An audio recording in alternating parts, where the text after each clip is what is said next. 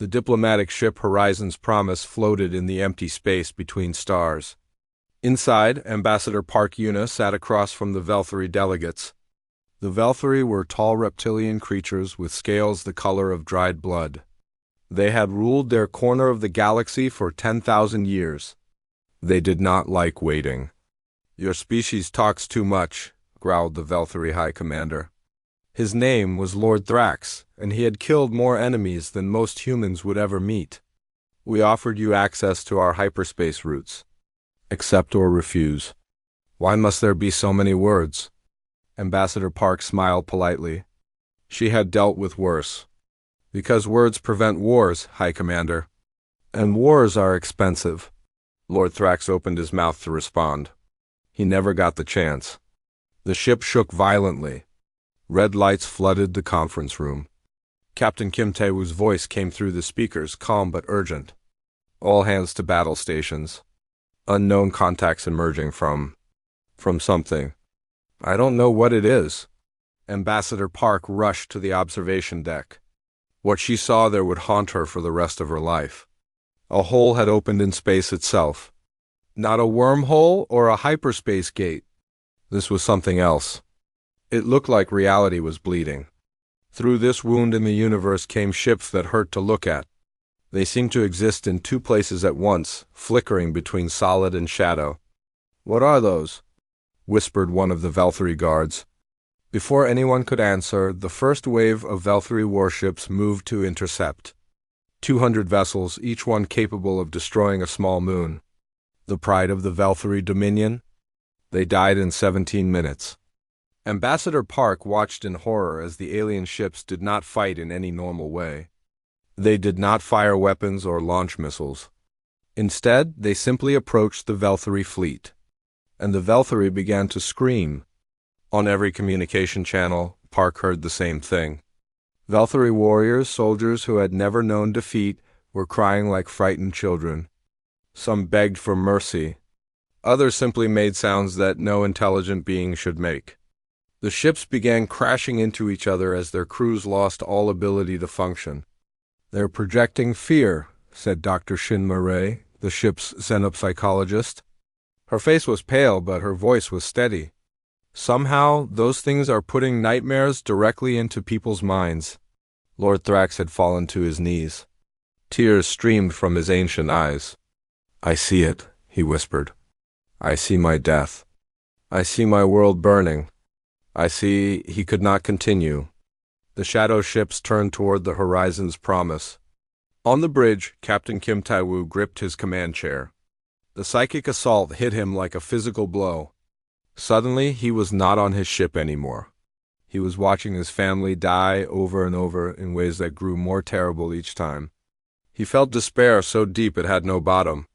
His hands began to shake. His vision blurred with tears he could not stop. But Captain Kim had been trained by the United Earth military. And the United Earth military trained its officers differently than any other force in the galaxy. "Helm," he said, his voice cracking but clear. "Full power to engines? Get us out of here." "Sir, I can't," the helmsman was sobbing. "I can't see the controls. I keep seeing my mother's face. She's dead, sir. She's been dead for 20 years, but I can see her dying right now." "I know," Captain Kim said. He stood up on legs that did not want to work. He walked to the helm on feet that felt like they were walking through his own grave. "I see terrible things too. But the terrible things are lying. The controls are real. Focus on what's real." He took the helm himself. His tears fell on the console as he worked. His hands shook so badly he could barely input the commands. But he did input them. The Horizon's Promise turned and fled. Behind them, the shadow ships consumed the last of the Velthari fleet. They lost 40% of the crew during the escape. Some died when they ran into walls, blind with fear. Others simply stopped breathing, their hearts giving out from pure terror. A few took their own lives to escape what they were seeing in their minds. But 60% survived. Because Captain Kim Tae-woo, while experiencing the same nightmare as everyone else, had refused to stop doing his job. Hours later, when they had escaped to safe space, Lord Thrax found Captain Kim in the medical bay. The human captain was receiving treatment for stress. His body had nearly shut down from the extended trauma. "I have commanded warriors for 300 years, Lord Thrax said quietly. "I have seen courage in many forms, but I have never seen what you did today." Captain Kim looked up with exhausted eyes. "I was afraid. I know. I could hear you crying on the bridge." "Then what did you see that was so special?" Lord Thrax sat down heavily. His scales had lost their luster. He looked old in a way he had not looked before. "I saw you continue. We Velthari, we are proud of our warrior spirit. We train for combat from the moment we hatch. But when those things attacked our minds, every one of us broke. We stopped functioning. We became helpless." He looked at the human with something like wonder. "You broke too. But you kept working. How? How did you do what we could not?" Captain Kim was quiet for a long moment. "We have a saying on Earth, feel the fear and do it anyway." He paused. "I was terrified. I still am. But being terrified doesn't mean you stop. It just means you're doing something hard." Lord Thrax stared at him. In that moment, something changed in how the Velthari saw humanity. They had always thought of humans as soft creatures. Weak bodies. Short lives. Nothing special. Now Lord Thrax wondered if they had been measuring the wrong things entirely. "What were those creatures?" he asked. "I don't know," Captain Kim admitted. "But I know they're going to attack again. And when they do, the galaxy is going to need soldiers who can fight while being afraid." He closed his eyes. "Luckily, that's the only kind of soldier Earth has ever made."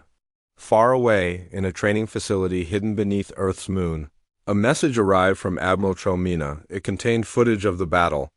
It contained data on the new enemy. And it contained 3 words that would soon echo across the galaxy. "Activate Special Forces."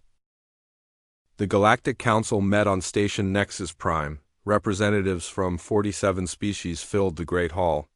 All of them were afraid. In 3 weeks, the creatures from the Rift had attacked 17 star systems. They had a name now. The Dravik. It meant fear eaters in an ancient language that no living species remembered. Somehow, the name had always existed, waiting for these monsters to arrive. The Dravik did not kill in normal ways. They did not need to. They simply appeared and entire populations went mad with terror. Billions of beings now lay in hospitals across the galaxy. They were alive but empty. Their minds had been eaten by nightmares they could not wake from. Admiral Chomina sat in the human section watching the chaos. The Velthari delegate demanded immediate military action. The insectoid Keth representative suggested that everyone should hibernate until the threat passed. The silicon-based crystalline beings wanted to surrender and negotiate. "We cannot fight them," shouted the Velthari delegate. "Our finest warriors become crying infants the moment they approach. What use are weapons against enemies who destroy minds?" Admiral Cho stood up. She was a small woman with gray hair and calm eyes. She did not look like someone who commanded Earth's military forces. "That was intentional. Humanity has a suggestion," she said. The hall went quiet. Humans were respected traders and decent soldiers, but they were not known for military innovation. They were too young as a spacefaring species. Too inexperienced. "We have forces trained specifically for psychological warfare," Admiral Cho continued. "Soldiers who can function under extreme mental stress. We call them special forces." Laughter came from several sections. The Velthari delegate shook his massive head. "We have seen your soldiers, Admiral. They are adequate. But they are nothing compared to our warrior castes, and our warriors fell like leaves in autumn against the Dravik." "You have seen our regular military," Admiral Cho said. "You have not seen what we keep for situations like this." "And what exactly do you keep?" asked the Keth representative. Admiral Cho's expression did not change. "Humans who have learned to work with fear instead of against it. Humans who treat terror as just another weather condition." She paused. "Humans who make demons nervous." More laughter, but it was uncertain now. Something in the Admiral's voice suggested she was not joking. Far below the surface of Earth's moon, Sergeant First Class Lee Do-yeon stood in a white room and screamed. The scream was not from pain, though pain was certainly present. It was not from sadness, though he could feel grief like a knife in his chest. The scream came from a machine that was pumping artificial fear directly into his nervous system, showing him things that did not exist but felt completely real. He saw his daughter dying. He saw the car crash that had taken her life, except now he was there, watching, unable to help. He saw her reach for him with small hands. He heard her call for her father. And then the vision ended. The white room returned. Time? He asked, his voice hoarse. 14 minutes, 37 seconds, said the instructor. 3 minutes better than your last session. Lee nodded. He wiped tears from his face and stood up straight. Again. This was the training that created special forces. Not just physical conditioning or weapons training, though those were part of it. The real training was psychological. Learning to feel fear fully and completely and then choosing to act anyway. In another room, Corporal Baek Ji-yeon was learning the same lesson in a different way.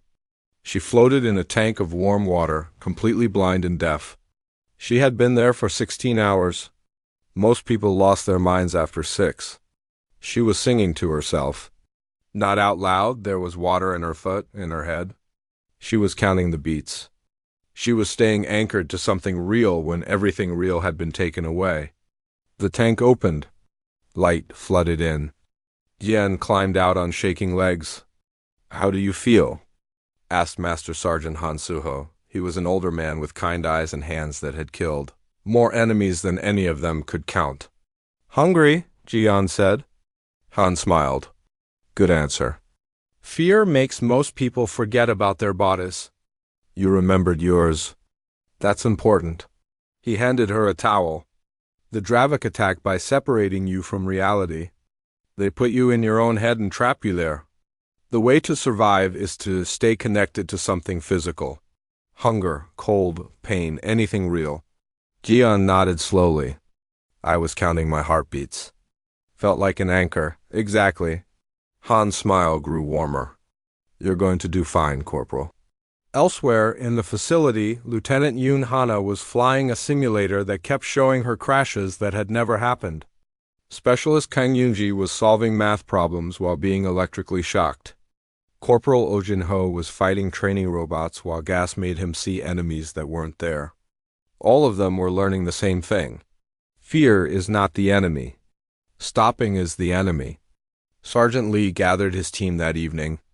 12 soldiers in a small briefing room. They had all seen the footage from the Valkyrie battle. They all knew what they were being asked to fight. "Command says we're shipping out in 72 hours, Lee said. "First wave counterattack.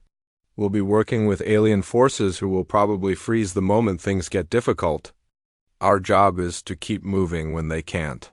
"Sounds fun," said Corporal O. His voice was flat and dry. He always sounded like that. "It won't be," Lee said honestly.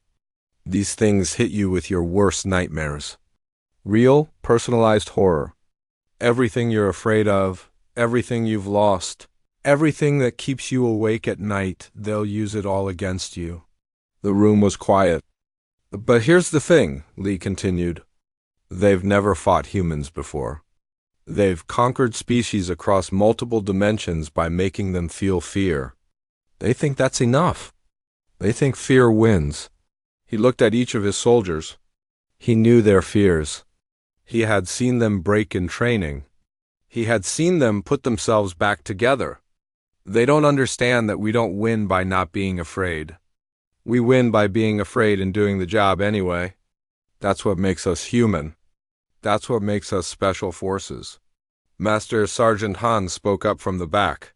"What's the mission objective?" "There's a Dravik hive node on a conquered Valkyrie world. Some kind of control structure. We're going to blow it up." Lee allowed himself a small smile. "Simple plan? Walk through hell, plant a bomb, walk out. And if we can't walk out?" Ji-yeon asked. Lee's smile faded. "Then we make sure the bomb still goes off. The mission is what matters." We all knew that when we signed up. Nobody argued. Nobody complained. They had all made their peace with death a long time ago. That was another part of the training. Not to want death, but to accept it as a possibility so it could not be used against them. Get some rest, Lee said. Tomorrow we ship out, and the galaxy is going to learn what humans really are. That night in his small room, Lee looked at a photograph. His daughter smiled up at him from the image. She had been dead for 6 years. The Dravik would use her against him. He knew that. He touched the photograph gently. "I'll see you in my nightmares, little one," he whispered. "But I won't let you stop me. I hope you understand." Somewhere, somehow, he believed she did. The planet below them had once been green and blue. Now it looked sick. Gray clouds covered everything, and the land beneath had turned the color of old bruises. This was Ashkara 7, a Velthari colony world. 3 million people had lived here before the Dravik came. Now those 3 million people lay in neat rows across the planet's surface, alive but not living. The Dravik used them as batteries, feeding on their endless nightmares. "Beginning descent," said Lieutenant Yoon Hanna from the pilot's seat. Her voice was steady, but Lee could see her knuckles were white on the controls. They all felt it, a pressure in their minds, like something was pushing against their thoughts from outside. The dropship shook as it entered the atmosphere. Behind them, 12 Velthari assault craft followed. Beside them flew Keth warrior drones, insectoid robots controlled by distant operators. A joint strike force. The first real counterattack against the Dravik. The psychic field hit them at 10,000 meters. Lee heard screaming from the Velthari ships, their communication channels filled with cries of terror. 2 of their craft immediately spun out of control and crashed into each other. The Keth drones simply went dark. Their operators had passed out from fear, and the machines had no one to guide them. "Velthari Command, respond," Lee said into his radio. Static and screaming. "Velthari Command, you need to—" "They're gone," said Corporal O from his station. His voice was its usual flat tone. "Fear response noted. They will not recover in time. We are alone." Inside the dropship, every human felt the Dravok's touch. Lee saw his daughter again, burning, reaching for him. Master Sergeant Han saw his first squad, the one he had lost 20 years ago, dying over and over. Corporal Beak saw herself falling into endless darkness with no one to catch her. "Sound off," Lee ordered. "Count with me." "1," said Han. "2," said Jian. "3," said Lieutenant Yoon, her tears falling on the flight controls as she kept the ship steady. "4," said Specialist Kang. They counted to 12. Everyone was still functional. Afraid, crying, shaking, but functional.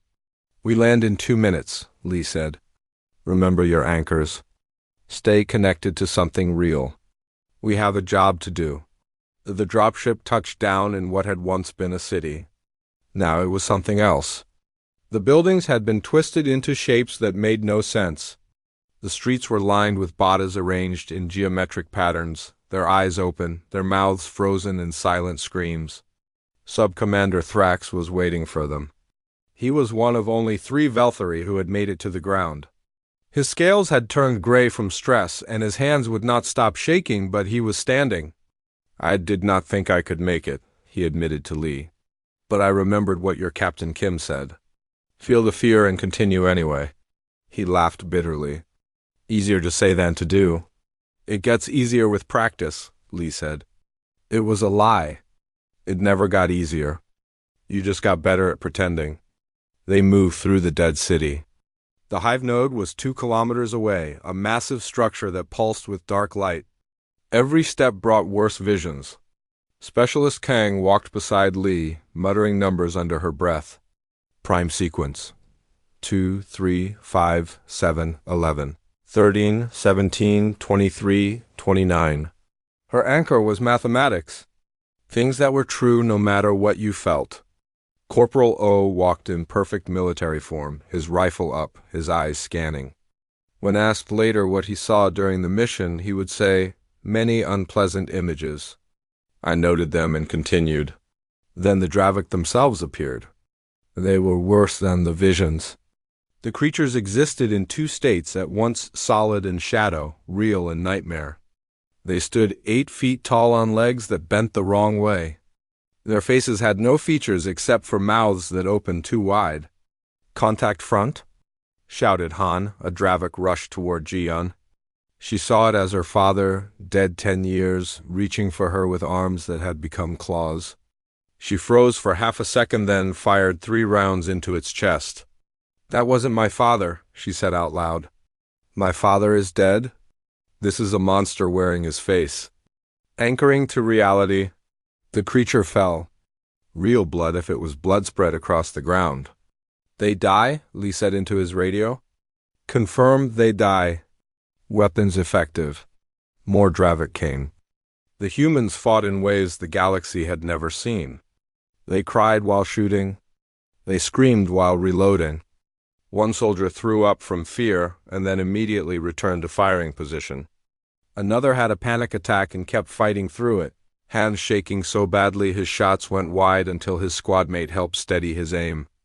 The Velthari survivors watched in disbelief. Sub-Commander Thrax had trained for war his entire life. He had never seen anything like this. A Dravik appeared directly in front of Lee. It showed him his daughter, again not dying this time, but alive, standing behind the monster. "Daddy," the vision said. "Don't hurt it. It's my friend." Lee shot the creature in the head. "That's impossible," Thrax whispered. "You saw your child. How did you not stop?" "I saw a lie wearing my daughter's face," Lee said. His voice was thick with tears. "My daughter is dead. She would never ask me to stop protecting people. That's how I knew it wasn't real." They reached the hive node. The structure towered above them, made of something that looked like frozen screams. Inside, the psychic pressure was almost unbearable. Several soldiers were openly sobbing as they secured the perimeter. Specialist Kang began setting up the resonance bomb. Her hands were steady, even though her face was wet with tears. 17 minutes to activation, she reported. "Too long?" Han said. "They're coming." He was right. Dravik were pouring out of the structure. Dozens of them. Then hundreds. "Hold the line," Lee ordered. "Kang needs time." What followed was 17 minutes of hell. The humans formed a circle around Kang and fought in every direction. They ran out of ammunition and used knives. They used knives and then used fists. Master Sergeant Han took a wound to his shoulder and kept firing with his other arm. At minute 14, Jian went down. A Dravik had grabbed her and was pulling her toward the hive node. Lee tried to reach her but couldn't break through. "Complete the mission," Jian screamed. "Don't stop for me." "Complete the creatures pulled her inside. "Bomb is set," Kang shouted. "Fall back," Lee ordered. His heart was breaking, but his voice was steady. "Everyone out." Now they ran. The remaining soldiers sprinted toward the extraction point while the hive node behind them began to shake. The resonance bomb was working, destabilizing the Dravok's dimensional anchor. From the sky, a new dropship descended. The survivors climbed aboard just as the hive node exploded. The blast was not just physical, it was psychic. For one moment, every being in the system felt the Dravik scream in something that might have been pain or might have been fear. Demons could be afraid too. As the dropship climbed toward orbit, Sub-Commander Thrax sat beside Lee. Both of them were covered in blood and worse. "You lost a soldier," Thrax said quietly. "Yes, but you completed the mission." "Yes." Thrax was silent for a moment. "In Velthari culture, we do not leave our fallen behind. It is the greatest dishonor." Lee turned to look at him. His eyes were empty in a way that spoke of deep pain. "In human culture, we don't either. But Corporal Beak knew the mission was more important than any one of us. She told me to complete it. So I did." He looked out the window at the burning world below. "I'm going back for her. I don't care what it takes. I don't care where she is. I'm going to find her and bring her home." "The Dravik took her into their structure," Thrax said. "That means she may have been pulled into their dimension." Their realm of nightmares. Then I'll go there. Thrax stared at him. You would enter a dimension made of pure fear? To save one soldier? Lee met his gaze. She's not just a soldier. She's my responsibility. And humans don't abandon their people. Not ever. Not even to demons. For the second time, Thrax saw something in humans that his people had never understood. It was not just courage. It was something deeper. Something that made them willing to walk into hell itself for each other. He was beginning to understand why the galaxy might need these strange, soft, terrifying creatures. The gateway to the Dravik dimension stood on a dead moon. Scientists had built it using pieces of destroyed hive nodes. It flickered with light that hurt to look at a doorway into a realm where fear was as real as stone. Sergeant Lee stood before it with what remained of his team. 9 soldiers. They had lost 3 on Ashkara 7, including Corporal Beak. Now they were going to get her back. Admiral Cho had tried to stop them. This is a suicide mission, she had said. We don't even know if humans can survive in that dimension. We don't know that we can't, Lee had replied. And Beak is still alive? I can feel it. It sounded crazy. It probably was crazy. But every member of Spectre unit had volunteered anyway. Dr. Shin Mai-Rei stood with them. She was not special forces, she was a scientist who studied alien minds. But she had spent 3 years researching the Dravik, learning how they thought, how they fed. If anyone could guide them through a dimension of nightmares, it was her. The Dravik realm is not a physical place, she explained. It's made of psychic energy. Fear, specifically. The things you see there will feel completely real. Your brain will not be able to tell the difference between vision and reality. So how do we navigate? Asked Master Sergeant Han. By accepting that everything is both real and not real at the same time. Don't try to decide what's true. Just keep moving toward your goal. She paused. Also, stay close. If you get separated, you may never find each other again. Lieutenant Yoon checked her weapons one final time. What about the anchor point? The thing we need to destroy? It's at the center of their dimension. The heart of the Dravik collective consciousness. If we destroy it, every rift they've opened in our galaxy will close. Shin's face was grim. But they know we're coming. They'll throw everything at us. Lee looked at his team. Questions? Nobody spoke. They had all made their peace. Then let's go get our soldier back. They stepped through the gateway. The other side was nothing like anything they had expected. It was not dark as they had imagined.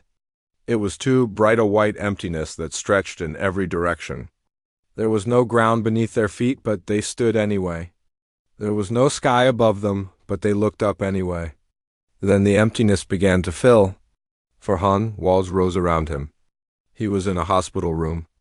His mother lay in the bed, dying of the disease that had taken her when he was 12. You weren't there, she said. You were playing with your friends while I died alone.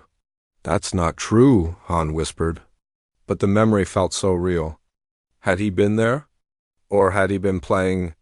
Suddenly he couldn't remember. For Lieutenant Yoon, the white space became a burning dropship. Her first command. The mission where she had lost her entire squad. You killed us, said the burning figures of her old teammates. You made the wrong call? We died because of you. I know, she said. And she kept walking. That was the difference between her and the ghosts. The ghosts wanted her to stop. She wouldn't. For Specialist Kong, the mathematics that had always anchored her became twisted. Numbers stopped making sense. 2 + 2 equaled something impossible. The universe's rules broke around her. There is no order, the dimension whispered. There is no logic. There is only chaos.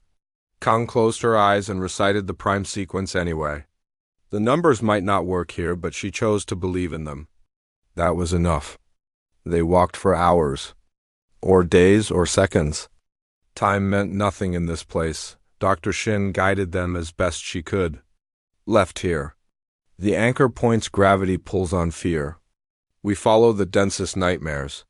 That's the most disturbing navigation system I've ever heard of, said Corporal O. It works, and it did work. The nightmares grew worse, which meant they were going the right direction. Each soldier faced their personal hell over and over.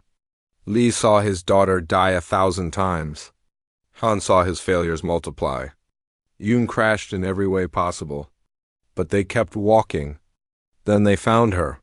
Corporal Baek Jeon was suspended in the air, trapped in a cage made of frozen screens. Her eyes were closed. Her body was thin. She had been here for weeks in dimension time, even though only days had passed outside. But she was alive. "Beak!" Lee shouted. "We're here. We came for you." Her eyes opened. They were still sharp, still angry, still human. "Took you long enough?" she said. Kang worked on the cage while the others held a perimeter. Dravik manifestations came at them in waves, not just fear visions now, but actual creatures made solid by their own dimension. The humans fought with everything they had. The cage opened. Beak fell into Lee's arms. "You're insane," she said. "Coming here for me? One soldier isn't worth this." "You're wrong," Lee said. "Every soldier is worth this. That's what makes us human." They ran toward the anchor point. It was visible now, a massive structure in the distance, pulsing with dark light, the heart of the Dravik dimension. And standing before it was the Overmind. The creature was not like the other Dravik. It was vast. It was ancient. It spoke directly into their minds. "Humans," it said, "we have watched you with great interest." Lee raised his weapon. "We're not here to talk. We know, but listen anyway." The Overmind's presence was overwhelming, but it was not attacking. It was curious. "We have consumed countless species across countless dimensions. All of them broke when we fed on their fear, but not you, W." Dr. Shin stepped forward. "Because fear doesn't control us. We control ourselves, regardless of what we feel." "Impossible. Fear is the end of thought. Fear is the end of will." "For you, maybe," Han said. "For us, fear is just another feeling. We have a lot of those. We've learned to work with all of them." The Overmind was silent for a long moment. When it spoke again, its voice held something new. "Respect or perhaps concern? We did not come to your dimension by choice. Our realm is dying. We must feed or we will cease to exist. We are not evil. We are hungry." "I understand," Lee said. "And I'm sorry. But you're destroying our people. We can't allow that." "Then we will make you an offer, give you S1 human, not to consume the study, if we can understand your resistance. Perhaps we can find another way to feed. Perhaps we do not have to be enemies." The offer hung in the air. "One person to save billions?" Lee shook his head. "Humans don't trade people. Not even to save the galaxy. Then we have nitrogen monoxide choice." The battle began. The Overmind attacked with everything the Dravik dimension could create. Reality shattered around them. Time twisted. Each soldier experienced their worst nightmares with perfect clarity while also fighting for their lives. They fought anyway. Kang planted charges on the anchor point while the others held the line. Han took a wound that should have killed him, but kept fighting. Yoon flew their extraction device through a storm of impossible horrors. Oh fought 3 Dravik at once while calmly reporting his ammunition count. And Lee faced the Overmind directly. The creature showed him a world where his daughter never died. A perfect life. A happy ending. "Stay here," the Overmind offered. "Live in this dream forever. Let your galaxy burn. You have suffered enough." Lee looked at the vision of his daughter. She smiled at him. She was so real. "No," he said. "You're not her. And even if you were, she wouldn't want me to abandon everyone else to save myself. That's not how I raised her." He detonated the charges. The anchor point exploded. Reality screamed. The entire dimension began to collapse. "Run!" Lee shouted. They ran toward the emergency gateway Dr. Shin had prepared. The dimension fell apart around them. Dravik screamed in frequencies that made stars flicker in distant galaxies. One by one, they dove through the closing portal. Han went last. A piece of collapsing reality caught him just as he reached the gateway. "Go!" he shouted to Lee. "I'll hold it open." Go, Sergeant." "That's an order." Lee went. The gateway closed behind him. Master Sergeant Han Seho, 20-year veteran of Earth's Special Forces, died holding reality together long enough for his team to escape. He died smiling. On the other side, the survivors collapsed. The dimension was gone. Every rift in the galaxy was closing. The Dravik threat was ending. Lee looked at his team. 8 soldiers left. They were wounded, exhausted, and broken in ways that would take years to heal. But they were alive. And they had won. "We lost Han," Yun said quietly. "No," Lee said. "Han completed his mission. He's not lost. He's finished." They sat in silence for a long time, honoring a man who had taught them that fear was just information, and that love was stronger than nightmares. 6 months after the fall of the Dravik dimension, the galaxy was still healing. Billions of beings were waking from their nightmares, slowly returning to their lives. The rifts were closed. The Fear Eaters were gone. The Dravik had not died, their dimension had stabilized once the anchor point was destroyed. They no longer needed to feed on other species. Some scientists believed that in centuries to come, there might even be communication between the dimensions. But for now, there was peace. On Earth, it was raining. Sergeant Leo Yun stood in a military cemetery, surrounded by his remaining team. They wore their dress uniforms. Their medals shone despite the gray sky. In front of them was a new gravestone. Master Sergeant Han Suho, 20 years of service, died holding the line. There were words carved below his name. Han had chosen them himself, years ago, when he first joined Special Forces. Fear is just information. Use it wisely. Admiral Cho Mina stood beside Lee. Behind them, something remarkable was happening. Alien delegates were entering a human military cemetery for the first time in history. Velthari, Keth, crystalline beings, and dozens of other species had come to honor a human soldier. Sub-Commander Thrax stood at the front of the alien delegation. He had changed since the war began. His scales had regained their color, but his eyes held new depth. He had seen things that had transformed him. The ceremony was simple. Humans did not need elaborate rituals for their dead. They needed truth. Lee spoke first. Han taught me that courage isn't about not being afraid. It's about being afraid and choosing to act anyway. He was afraid every day of his life, and he chose to be brave every single day until his last. Yun spoke next, her voice steady.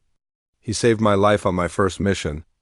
I was frozen with fear, and he just looked at me and said, 'The fear will pass. The mission won't complete itself.' I've said those words to myself 1,000 times since then." Kang spoke. Beek spoke.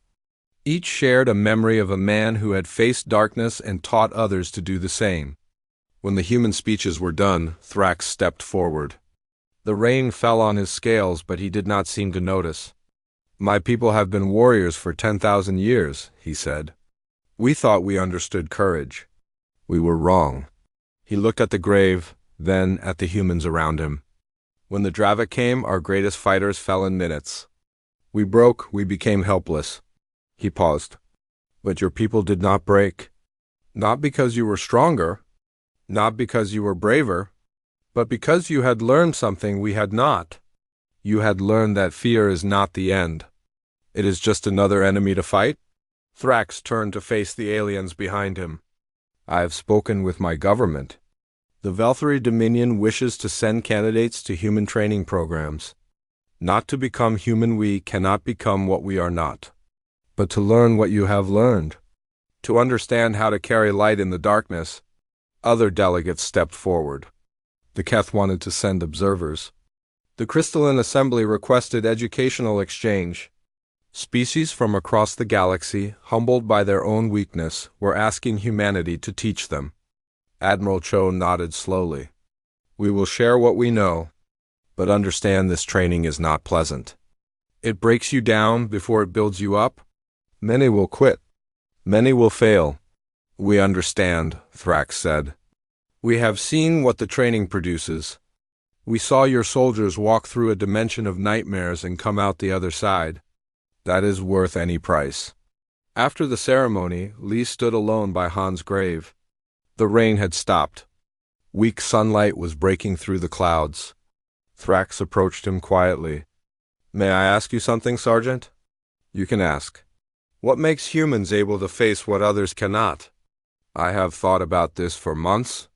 Your bodies are weaker than ours. Your lives are shorter. By every measure, you should be more afraid, not less. Lee considered the question. He had thought about it many times himself. A long time ago, he said, humans lived on a planet full of things that wanted to kill us.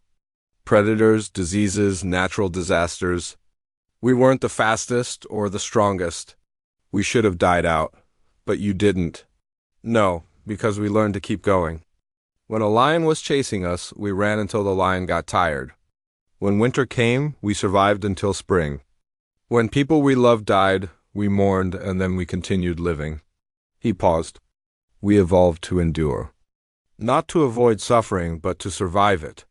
Thrax was quiet for a long moment. Your species turned persistence into a survival trait. More than that. We turned it into an identity. Humans define themselves by what they overcome, not by what they avoid. Lee looked at the grave. Han used to say that everyone breaks. The difference is what you do after. Some people stay broken. Others put themselves back together and keep going. And special forces? We're just people who have practiced putting ourselves back together, over and over until it becomes habit. Lee almost smiled. We're not superhuman. We're very, very human. We've just accepted what that means. A few weeks later, the first alien candidates arrived for training. Velthari warriors. Keth scouts. Even a few crystalline beings, their silicon bodies housing minds that wanted to learn fear. They failed the first day. Then the second. And the third. But some of them kept coming back. Corporal Beak, now promoted to sergeant, was assigned to help train them. She stood before a class of trembling Velthari who had just experienced their first fear induction session. You all failed, she told them. You let the fear control you. You stopped thinking, stopped moving, stopped being soldiers. One of the Velthari looked up. His scales were pale with stress. How do we not fail? Beak remembered her own training. The tank of water. The endless darkness. The way she had survived by counting her heartbeats. You don't stop failing, she said. You just fail smaller each time. You feel the fear and then you take one step anyway. Then another. Then another. Eventually you're walking through nightmares and you don't even realize you were supposed to stop? That sounds impossible. It is impossible. Until you do it. Beak's face was hard but not unkind.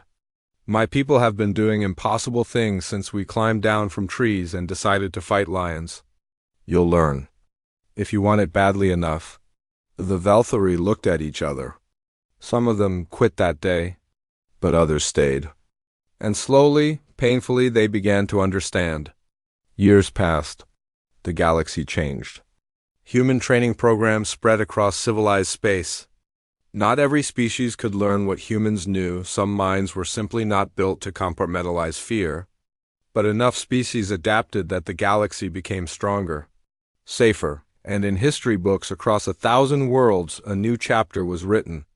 It spoke of the Dravik War. It spoke of the beings who had fed on fear and the species that had stood against them. It spoke of the soldiers who had walked into a dimension of nightmares and walked out again. The chapter ended with words that would be remembered for millennia. Before humans, the galaxy knew warriors. After humans, the galaxy knew something else. Something older than weapons. Something more terrifying than warships. They knew the beings who had looked into the darkness and taught it to look away. They knew the ones who carried fire in their hearts when all other lights went out. They knew the special forces. They knew what demons fear. On Earth, in a small apartment, an old soldier named Lee Do-yun sat by his window and watched the stars. He was retired now. His body was tired. but his mind still remembered everything. On his desk was a photograph of his daughter. Beside it was a medal he had never wanted to receive. And next to that was a letter from a young Velthari soldier who had just completed human training. "You were right," the letter said. "Fear is just information. I finally understand." Lee smiled and looked up at the sky. Somewhere out there, across the galaxy, beings were learning to walk through their nightmares. They were learning to be afraid and to keep going anyway. They were learning to be a little more human. And in the quiet of the evening, Lee could almost hear Han's voice. Fear is just information. Use it wisely. He intended to, for as long as he had left.